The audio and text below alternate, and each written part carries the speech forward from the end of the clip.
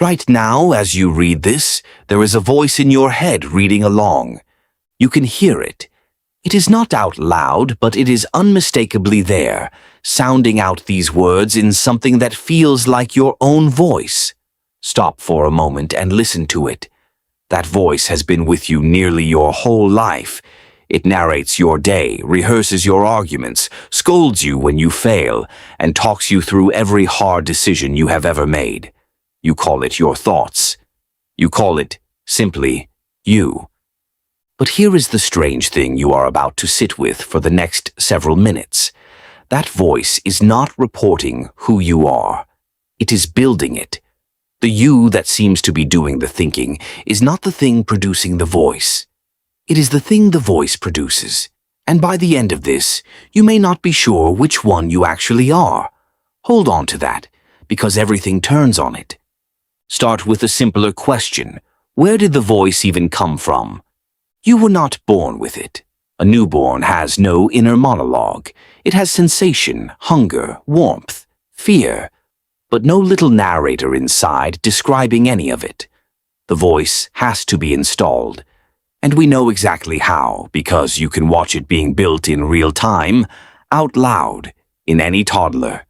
Watch a small child play alone, and you will hear them narrating everything. Put the block here. No, too big. Try again. They are not performing for you. They are talking to themselves, out loud, to guide their own actions.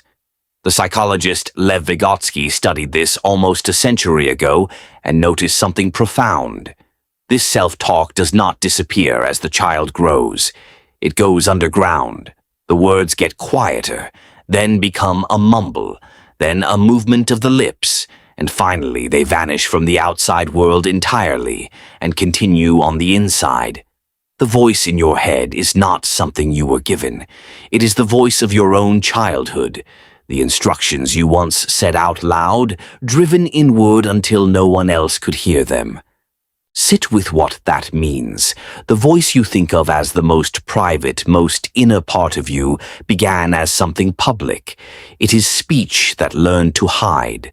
The you narrating your thoughts is, in a real sense, a conversation you started having with yourself before you could even tie your shoes, and simply never stopped. There is more evidence for this than you might think, and you produce it yourself.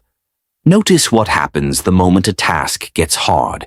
You are wrestling with a stuck jar, a tricky parking spot, a confusing form, and without deciding to, the voice comes back out. You mutter. You say, "Come on," or "Okay," think under your breath. Adults do exactly what toddlers do. The private speech only stays inside while things are easy, and the instant the pressure rises, it climbs back out of your mouth to help you. The psychologist Charles Fernyhough has shown that this inner voice is rarely a tidy monologue anyway. It is a dialogue. You argue with yourself, take both sides, play the part of other people, rehearse what you wish you had said. The voice in your head is less a single narrator and more a small crowd, with yours running the conversation. And the voices were not all yours to begin with.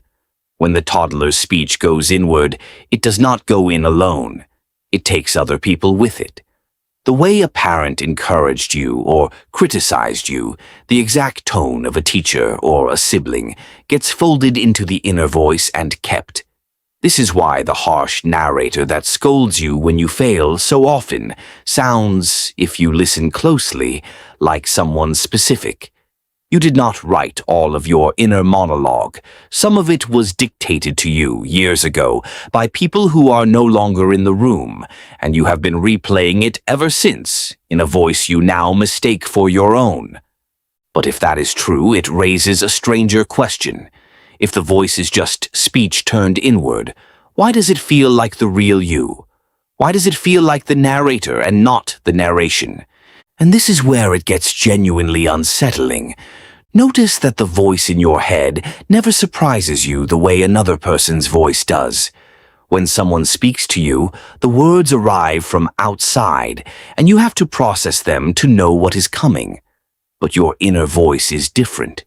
You know what it is going to say as it says it, because you are the one saying it. Your brain has a quiet system for tagging everything you generate yourself, marking it, "This is mine, this is coming from me." It is the same system that makes it impossible to tickle yourself. Your brain predicts your own action and cancels the surprise. The inner voice carries that same stamp. Every word comes pre-labeled as you. So the feeling that the voice is you is not a discovery your mind makes.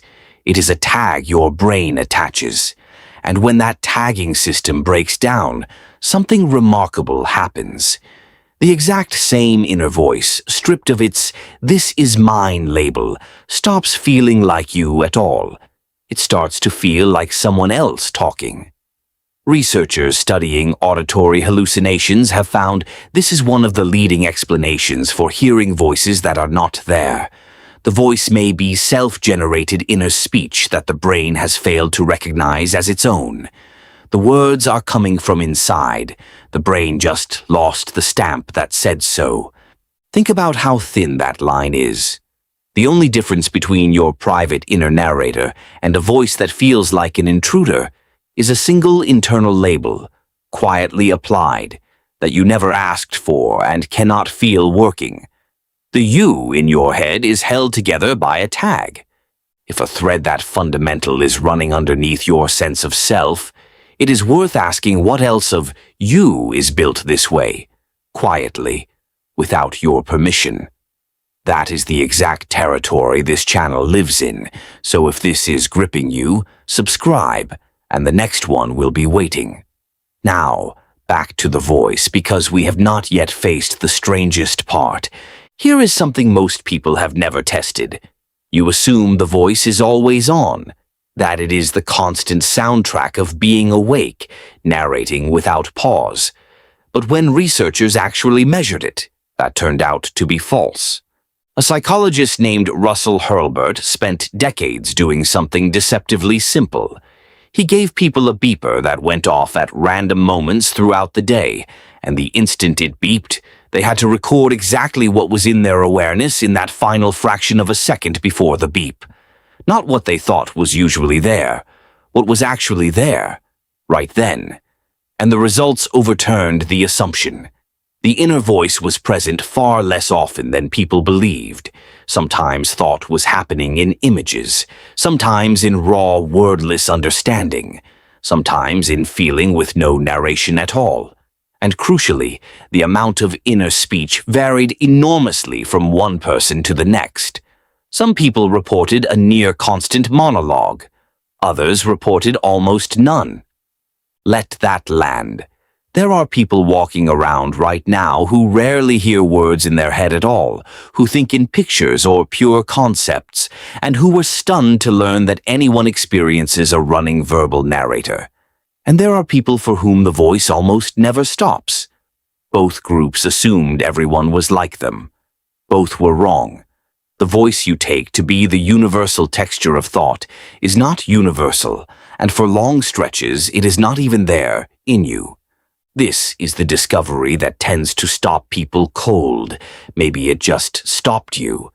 Because if you have a loud, constant narrator, the idea that some people simply do not is almost impossible to imagine. And if you are one of the quiet ones, the idea of a voice that never shuts up sounds exhausting. You have spent your entire life assuming the inside of everyone else's head sounds like the inside of yours. It does not. You have never once heard another person's thoughts, and you quietly assumed they ran like your own. Which brings us back to the question we started with, the one everything has been building toward. If the voice comes and goes, if thought happens perfectly well without it, then the voice cannot be the thing doing the thinking. The thinking is happening underneath, wordlessly, all the time. The voice arrives afterward, putting language to a decision that was, in many cases, already made. So what is it actually for? The easy answers are real, as far as they go. The voice is a workbench. It lets you hold a phone number in mind by repeating it, the silent rehearsal psychologists call the phonological loop. It lets you plan, talk yourself down, keep yourself on task. That is genuine work, and you would be worse off without it. But none of it explains the deepest thing the voice does, the thing you have felt this whole time without naming it.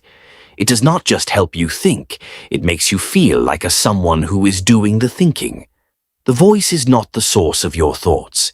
It is the storyteller you assign to them.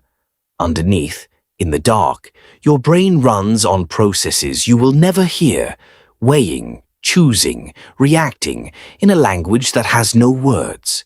And then, a beat later, the narrator speaks up and gives that silent activity a voice, a reason, a sense of an I who did it on purpose. The voice does not report the thinker. The voice invents the thinker. It takes a storm of activity with no center and tells a clean first-person story about a single self who is in charge. That is why it feels like you. Because building the feeling of a you is its entire job. So listen to the voice in your head one more time, the one reading these very words. It has been with you nearly your whole life. But now you know what it is. Not the author of your thoughts, but their narrator. Not the self, but the storyteller that convinces you there is one. The most familiar voice you will ever hear, quietly inventing the person you believe is listening. And if the idea that your own voice constructs your sense of self unsettles you, then you should know your brain runs an even stranger trick on you in the dark. There are moments, alone in a quiet room, when it will swear that someone is standing right behind you. Go find out who.